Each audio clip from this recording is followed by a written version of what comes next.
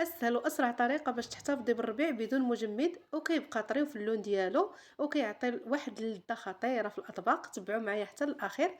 كما العاده ما تنساونيش من اللايكات والتشجيعات ديالكم باش يوصلكم ديما الجديد. هنا كناخذوا الكميه اللي بغيتو ديال الربيع وكنغسلوها. ضروري ما يتغسل مزيان حيت كيكون فيه التراب. كتعاودوا الغسله المره والثانيه والثالثه حتى كيصفى الماء ديالو، ما كيبقاش ديك التريبات. من بعد كتخليوه في الشبكه يتسقطر، كتخليوه حتى كينشف مزيان، اولا كتجيبوا منديل وتنشفوه الا كنتو غتصوبوه ديك الساعه. صافي هنا ما كيبقاش فيه الماء. كناخذوا الهاشوار وكنوضعوا فيه هذاك الربيع. في الاول غندير غير طحنه خفيفه باش يبقى لي اتساع فين نحط الربيع الاخر.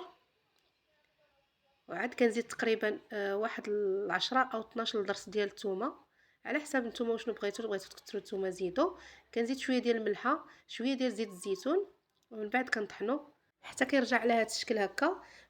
في هذه المرحله كنكون غاسله القريعات ومنشفاهم ومعقماهم. من الاحسن يكونوا قريعات ديال الزاج صافي. وكنكب فيهم هاد الربيع هذا. بهذه الطريقه كيعطي واحد اللذه زوينه في الوصفات. بالنسبه لهاد القريعات الثانيه انا ما طحنتش معاها الثومه، لان ضروري كاينين شي وصفات اللي ما كنديروا لهمش الثومه بحال الحريره. وراه كيبقى لك مده طويله ما كيخسر ما حتى شي حاجه حتى كتكملي الربيع ديالك على خاطرك. وبالصحه والراحه.